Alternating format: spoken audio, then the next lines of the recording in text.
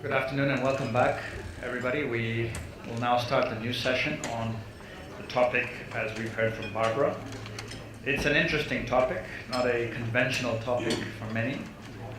It's about localization, and we know that localization, of course, is not purely an African phenomenon. For many decades, the world has been grappling with trade and investment policies relating to protectionism on the one hand and liberalism on the other. So it's a wide range of issues, and of course today we're in the 21st century. The African reality is a very different one today than what existed in the 70s and 80s, when there was an initial spurt of activity around localization. Now with growth back, appetite back, profitability back, there's a renewed look at the whole issue of localization. And of course, it's not a coincidence that resources are being discovered much more frequently these days. Across mining, oil, and of course agriculture itself is becoming quite interesting. So there's a whole new context for the discussion of localization. And we're here to probe some of the issues. We have two panelists with us. We have Khotla Ramapane, who's the CEO of PIPA in Botswana. And he will perhaps say a little bit more about what his entity does. And then we have Peter Ballinger, who's the Managing Director of Africa for OPEC. As you will have seen on the program, it's a very specific approach that's proposed for our discussion, but there's a couple of specific questions that we're going to be looking at. One is, what are the strategies being used within companies to address and promote localization? And then there's a question on the views of the effectiveness of local content and localization regulations in terms of achieving greater domestic private sector participation in the continent. And then we're expected to look at some recommendations for pointers to leadership and to other regulatory bodies at a regional level as to how best to approach the issue. We're going to take it very broadly, and we're just going to maybe ask the two panelists to kick off with some perspective on the matter. So, Khotla, we'll kick off with you, since it's a localization discussion. All right, thank you very much. Good afternoon, ladies and gentlemen. My name is Khotla Ramapane. I work for a company, an agency called the Public Enterprises Evaluation and Privatization Agency in Botswana. And I'm very happy that I have this opportunity to make a small contribution, because we look at localization in different perspectives. Why promote localization and local content? A number of countries are doing it for different objectives, and a number of countries are at different levels of implementation of this concept. But mainly there are some common objectives that run through most of the concepts of localization and local content laws.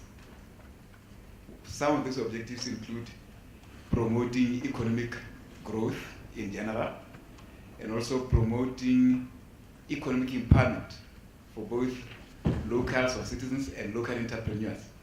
Another one is to make sure that you promote ownership of resources by locals and local entrepreneurs, and also generally ensuring that there is sustainability of the projects that have been looked at. On the other hand, economies at large want to be seen to be competitive in the global economy, and they also want to promote foreign direct investment. So the issues of local content and localization have to be balanced with the desire of a country to promote foreign direct investment, to be competitive. Well, how do countries do that? In some countries, this has been adopted as policies. In other countries, within Africa, this has been adopted as laws of parliament. But what are the results? The private sector, in some instances, looks at it from a different perspective. While the government wants to promote entrepreneurship for locals, the private sector may look at it differently. How does that impact on their ability to maximize their returns? But in terms of our situation in Botswana, we have come up with a citizen economic empowerment policy, and we have a privatization policy. In implementing the privatization policy, we have come up with a framework that is intended to ensure that citizens benefit from the privatization activities in the form of either ownership, employment, or even being part of the management of the entities that participate in the privatization transactions. The other point I want to make relates to the general view that we have to empower locals. I believe the moment we undertake this initiative, we must also consider the importance of creating the skills that are required. It does not help to have citizens being part of a transaction only for them to fail when the private sector partners leave. So, along with the empowerment, there must be a concerted effort to create the required skills or to build the required skills within those who are expected to participate. Mr. Chairman, I would like to stop here so that we can have a longer discussion. Thanks a lot. Thank you, Butler, for warming us up to the issues and giving us some specifics. Peter? Thank you. Good afternoon, ladies and gentlemen. I'm with the U.S. Overseas Private Investment Corporation, which is the U.S. government's development bank. So I come at this from both a finance perspective, a lender's perspective, and also from an economic development perspective. But before I talk about that, I want to just back up and make a few broad points. One is that the U.S. government is very interested in helping Africa develop economically. If you look at the U.S. Agency for International Development, the Millennium Challenge Corporation, the U.S. Trade and Development Agency, and then OPIC as a financier, what we're trying to do is work with the U.S. private sector to mobilize capital and skills and develop the local economy in infrastructure, but also in other sectors. On local content requirement, that's really an issue for our trade representative, but OPIC is prohibited from supporting projects that have certain performance measures. And so while as a development agency, we love local content, and most of our project sponsors do, when there's an actual requirement, which I think we can talk about, how different countries approach local content. When there's a requirement, we're prohibited from supporting that project. So we work very hard with, in the energy sector, with the off-taker, for example, if it's a state-owned off-taker, which is mainly the case, to encourage them to have as much flexibility in the local content policies that they have, so that while the investor is bringing the skills, the technology to the project, and of course all of the local employment and the economic development that accrues as a result of that investment, they also need to be able to have that project financed over the long term. And if you have policies that make it difficult for development finance institutions like OPIC to lend to the project, then there's going to be an issue of finding sufficient long-term capital to support projects in the infrastructure sector. Thank you. Thank you, Peter. For the benefit of the audience, as we were warming up for this session, we were grappling with a number of questions as to universality. Can there be a single approach or a common theme that can guide adoption or engagement in this space by African policymakers at large? Or is it more a question of flexibility and not one size fits all? Clearly, being in South Africa, we're all very familiar, or at least most people would be familiar, with the empowerment side of things, which is a form of localization, but it's a very specific one that is quite unique to South Africa by and large. Then, of course, we have the case of Nigeria, where oil and gas has been a very developed sector for quite some time, and we've seen all manner of localization, regulation, and policies. In the case of Nigeria, it's not just national as such, it's also local these days. Those of you who know the story of the River Delta state, there's always questions as to whether it's enough to go national in that sense of local ownership, or you have to go to subnational level that relates to pressures that exist in specific parts of countries. It's a very wide area, and what we thought would be useful in this session, it's such a wide topic, is to perhaps just identify a number of principles that can be looked at by African investor and its stakeholders as they continue to feed in some wisdom into the policy forums that deal with these issues. So clearly one pressing matter is ownership. To what extent is ownership relevant in terms of localization? Clearly it's part of it, but is it the be-all and end-all? And then how do you define that? One of the very interesting developments that was discussed yesterday in a session with NEPAD, a different event, was the whole development of capital markets. We have so many countries now with capital markets, equity markets mainly, and there's many ways of bringing local ownership into ventures or into businesses without having to go with the old model of 51% shareholder by a specific entity that has all the right connections. I don't need to go more into that specific scenario. So there's all sorts of new opportunities that we're seeing now for promoting localization. And in fact, from a foreign exchange risk point of view, it's also a good thing to raise local equity. So it's actually could be a very good win-win approach for foreign investors to come in and raise equity from local participants. The supply chain issue is an issue that's getting a lot of attention these days, partly because infrastructure has been a priority for 10, 15 years in Africa now, and industrialization now is a very, very focused area of debate. In fact, at the AU summit next week, industrialization is going to be one of the key themes. And when you talk about industrialization, there's always a bridge to localization. Jobs, local industry, enterprise development, there's all these elements. And so really the question that we need to maybe look at here is, what are some of the lessons of experience? The panelists and myself couldn't quite answer amongst ourselves the question as to which African country has been very successful with localization. We know that the East, Asian tigers, have had a lot of experience in this area, and there's been a lot of success there. Many of our leaders look to Asia for some of the experience. But Asia has infrastructure. Asia has invested heavily in education for many years. And so the initial conditions there are different from those in Africa.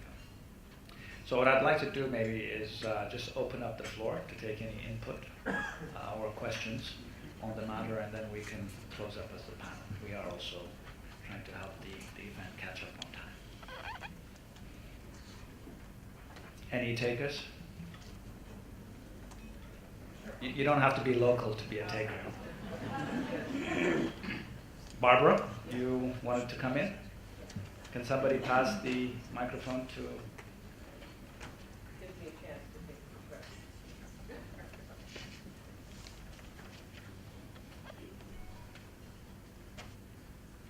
Thank you. From a development point of view, I think the question of local content is really an interesting one, because if, for example, if you look at the development path of Latin American countries, and I'm thinking one in particular, Mexico. The reason Mexico was successful in building the supplier industry in the automotive sector was because of the Cocoyoc Act, which was a local content requirement in order to be able to sell cars.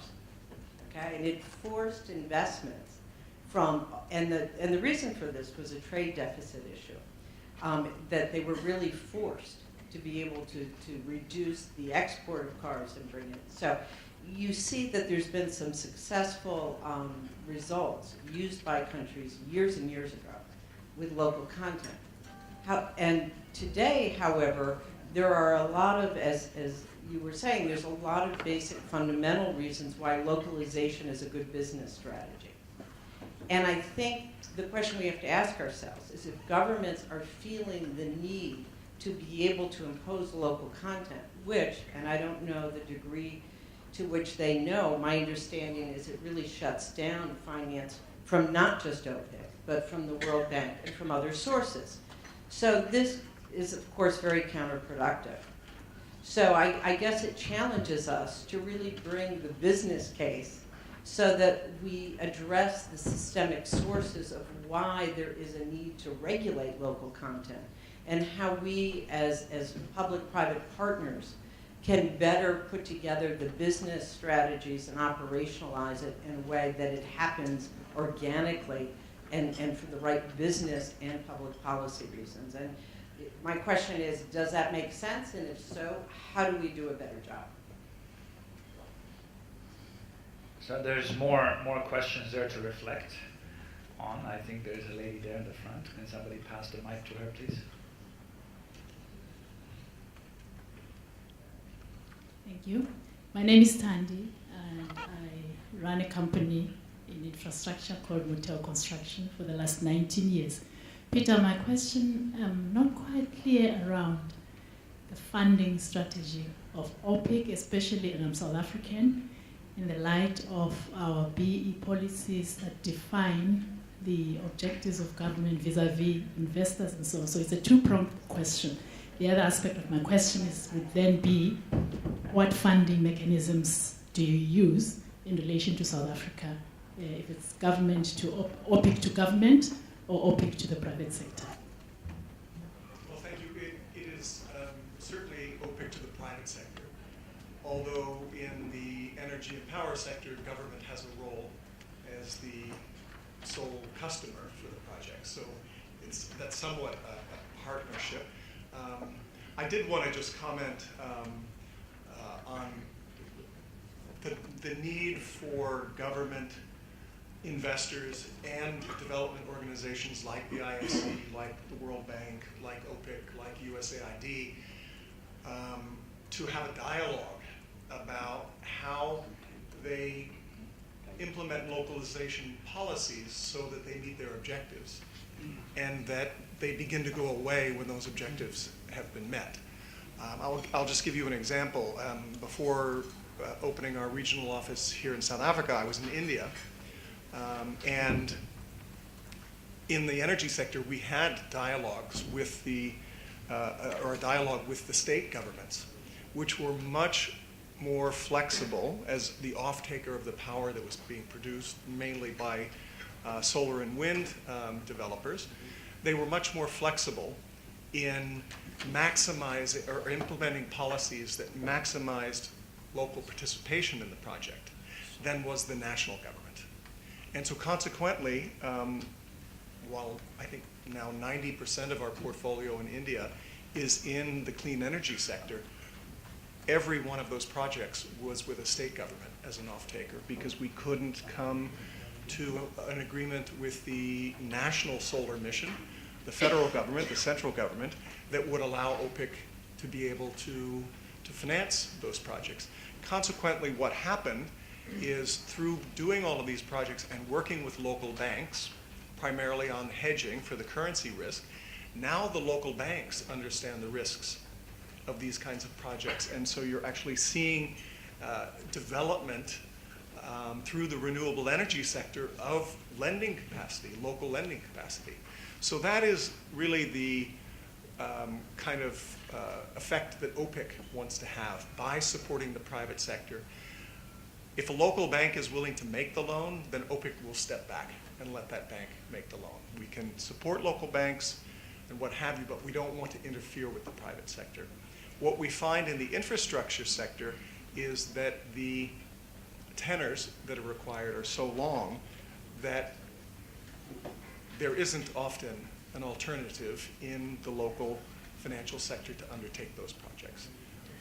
We can do it directly, as can the IFC, or we can work with a local bank, guarantee a loan, help them extend the tenor of the project. But really, as an economic development agency, what we want to see is the economy grow through a variety of methods, not only in labor and local manufacturing and training, but also in the financial sector.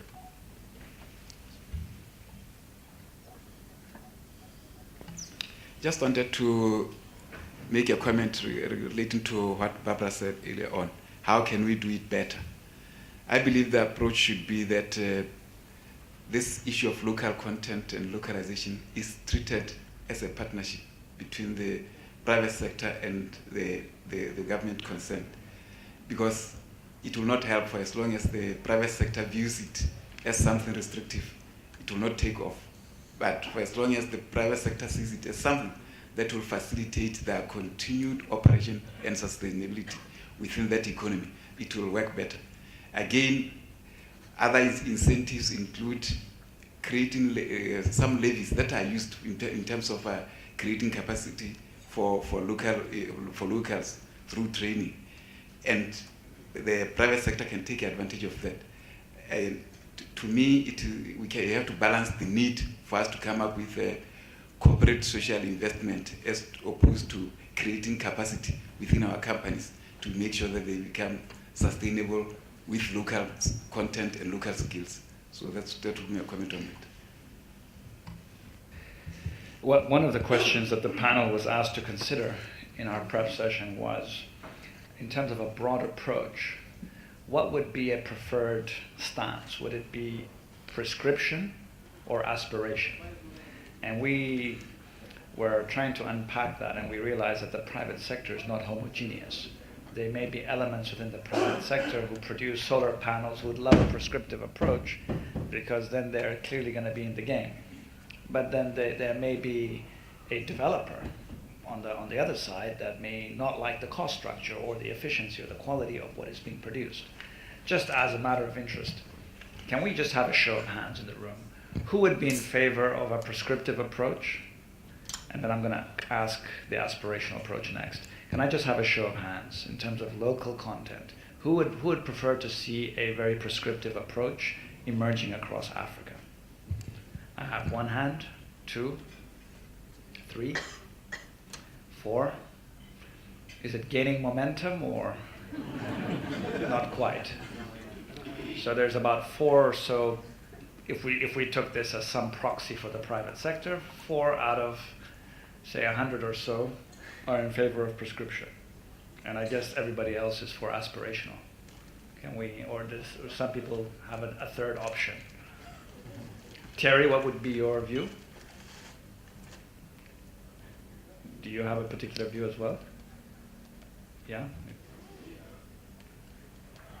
My view is clear. I mean, I typically like it when it's incentive-based as opposed to really prescriptive.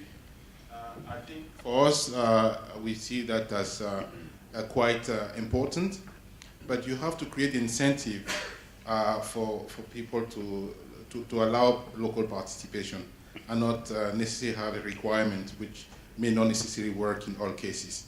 But I understand that different governments are going different routes, so we're able to work under all contexts. Very interesting. The next gentleman over there.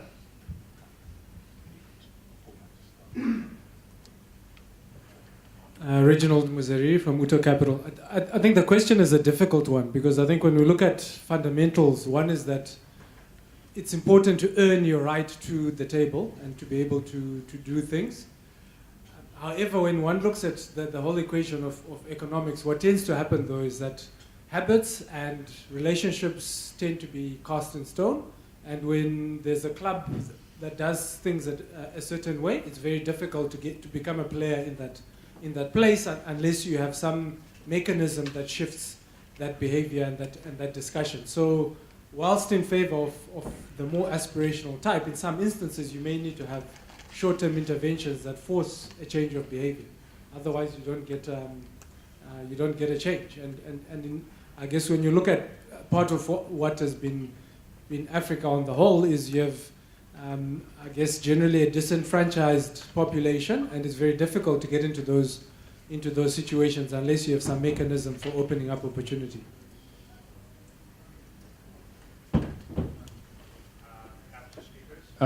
Yeah, I'd just like to add something to that. With this, there's probably a bit of a carrot and a stick requirement. It has to be partly aspirational, but you need to set certain laws, because if you don't have it, you're never going to get it. The other thing that I find quite, almost say comical, is you've got development banks here, you've got funds here trying to develop Africa, and then all of a sudden they shy away from localization. You can only get empowerment and growth if you have localization. So I don't see what the issue is. You've got to drive localization. I'm startled by OPEC's approach, for example. But you need that local content. Otherwise, you're not going to grow Africa, and this whole thing is a farce. Sorry. Comments, please. It's probably worth considering that this is a big international issue right now that the WTO is involved in. The WTO just rolled back a renewable energy program in Canada that required local content, very similar to the program here in South Africa, the Renewable Energy IPP program. Now, because of loopholes in legislation and rules, South Africa is not likely to be pursued by the WTO.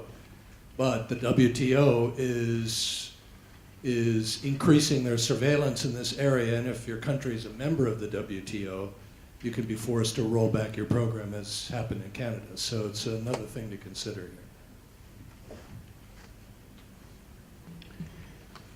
There was a very interesting comment from the back there that some may like to comment on, but can we have the lady there? It's Sylvia from Moody's. I think I'm on the aspirational side, and I do understand why governments think that they have to be prescriptive. I think the issue with a lot of governments who have pursued the prescriptive approach is that they don't then manage the other group that doesn't fall into the protected group of people, and you then create disgruntlement and disenfranchised groups among the more economically mobile, who would then be the ones helping to create the jobs, helping to build capacity.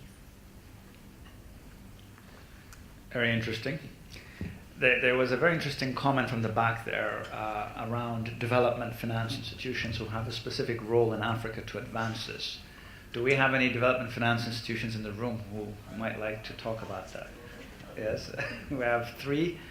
Can we hear from Bruno and then come back to, well, let's start with our colleague who's standing up, and then we'll move to Bruno, and then Mo Sheikh at the back there. So my name is Alain Bobisse. I represent IFC, International Finance Corporation.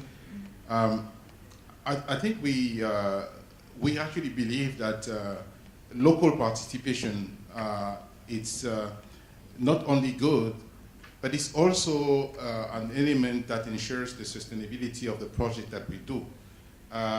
What we're not totally sure of is whether the prescriptive approach is the right approach to do this.